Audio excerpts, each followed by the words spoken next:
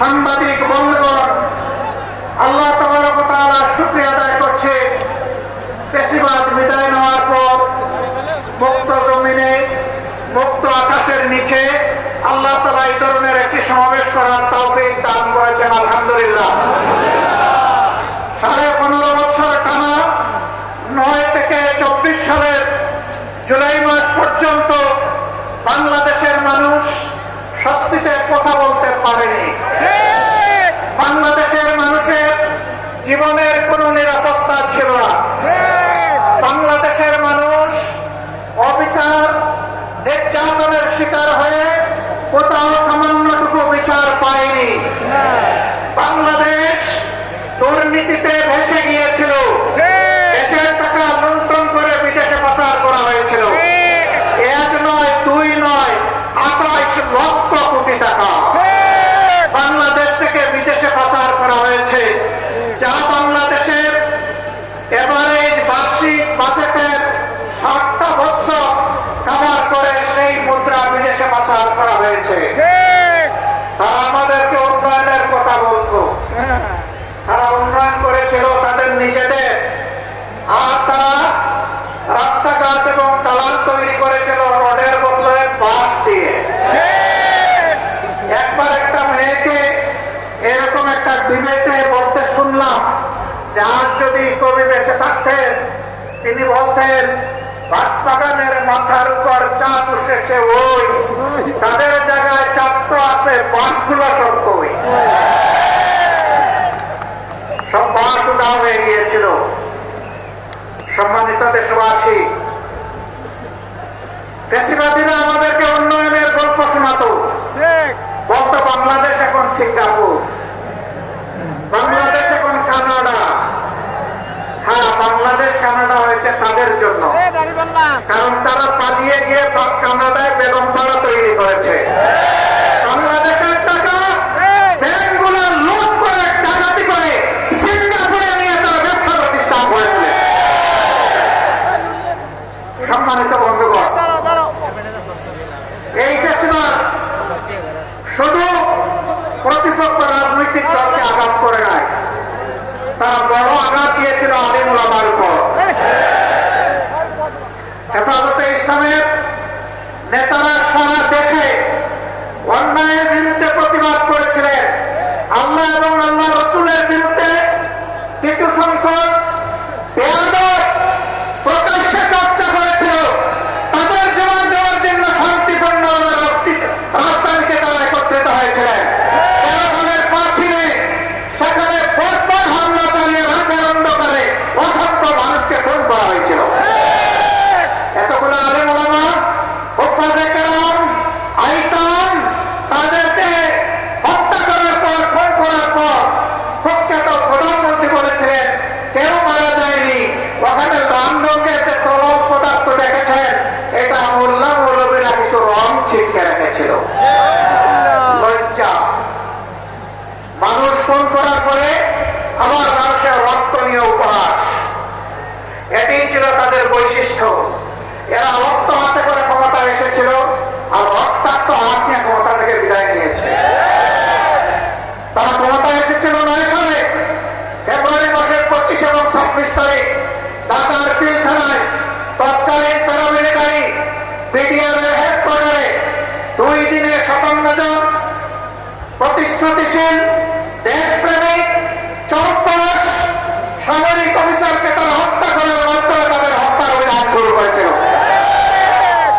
আর 24-এর গণবিপ্লবে ছাত্র, তরুণ, যুবক, কৃষক, শ্রমিক, মা বোনদের বুকে, ভাইদের বুকে, সন্তানদের বুকে গুলি চালিয়ে কালি কালি লাশ ফেলে দিয়ে যখন সমাজ দিতে পারে নাই, তখন যারা বলেছিল অমুকের কন্যা দেশ ছেড়ে পালায় না, তাই তখন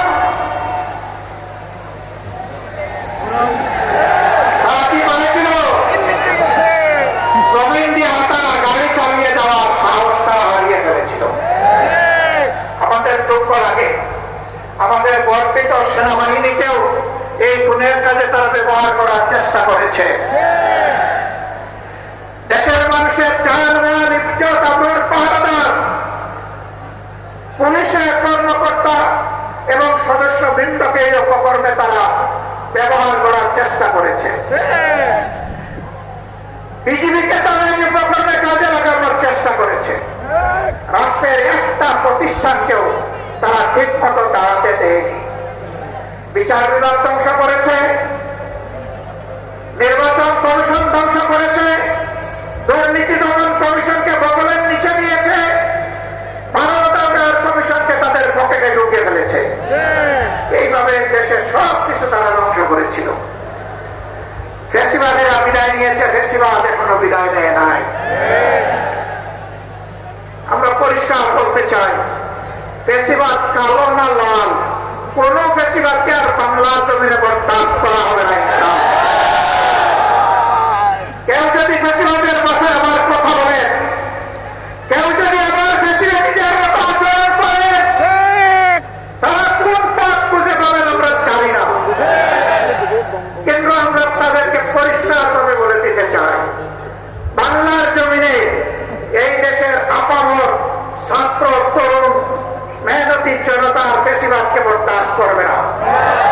আমরা অতীতে রুখে দিয়েছিলাম আল্লাহর উপর ভরসা করে, ভবিষ্যতে কেউ মাথা তুললে তাও রুখে দেওয়া হবে ইনশাআল্লাহ।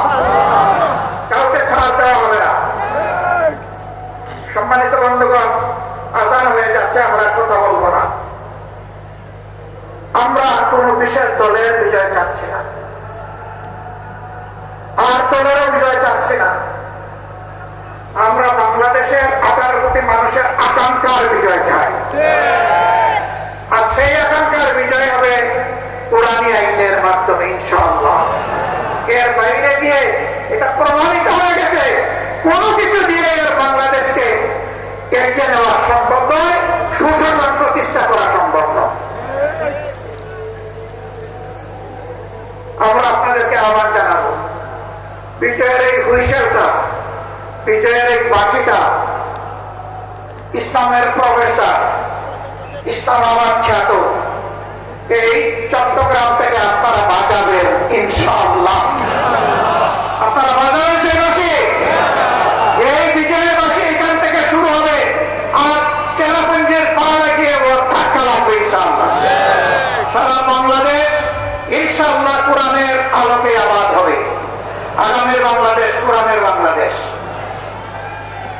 আল্লাহর নবী মুহাম্মদ রাসূলুল্লাহ সাল্লাল্লাহু আলাইহি ওয়াসাল্লাম আর তার হাতে গড়া সোনার মানুষ সাহাবায়ে কেরাম রিদওয়ানুল্লাহি তাআলা আলাইহিম আজমাইনের পথ ছেড়ে দুনিয়ায় কখনো শান্তি আসে নাই, দুনিয়ায় কখনো শান্তি আসবে না। আমরা কোরআনকে বুকে নিয়ে, রাসূল করিম সাল্লাল্লাহু আলাইহি ওয়াসাল্লামের সুন্নাহকে বুকে নিয়ে, সাহাবায়ে কেরাম রিদওয়ানুল্লাহি তাআলা আলাইহিম আজমাইনের রেখে যাওয়া আমানতকে বুকে নিয়ে আমরা বাঁচতে চাই, আমরা মরতে চাই, আমরা আল্লাহর দরবারে হাজিরা দিতে চাই। আমরা কোন লাল চক্ষুকে পরোয়া করবো না, কোন দাদা বাবু মানি না, কোন বড় ভাই মানি না। সকলের সাথে আমাদের সম্পর্ক হবে সমতা এবং পারস্পরিক সম্মানের ভিত্তিতে ইনশাআল্লাহ। আগামী সেই বাংলাদেশ, মানবিক বাংলাদেশ, কোরআনের বাংলাদেশ করায় চট্টগ্রামবাসীকে অগ্রণী ভূমিকা পালন করার উদাত্ত আহ্বান জানিয়ে আমার বক্তব্য এখানে শেষ করছি। আল্লাহ হাফেজ। বাংলাদেশ জিন্দাবাদ। আমার দলীয় আন্দোলন জিন্দাবাদ। এই আন্দোলনের বিজয় হবে ইনশাআল্লাহ তাআলা। আসসালামু আলাইকুম ওয়া রাহমাতুল্লাহি ওয়া বারাকাতুহু।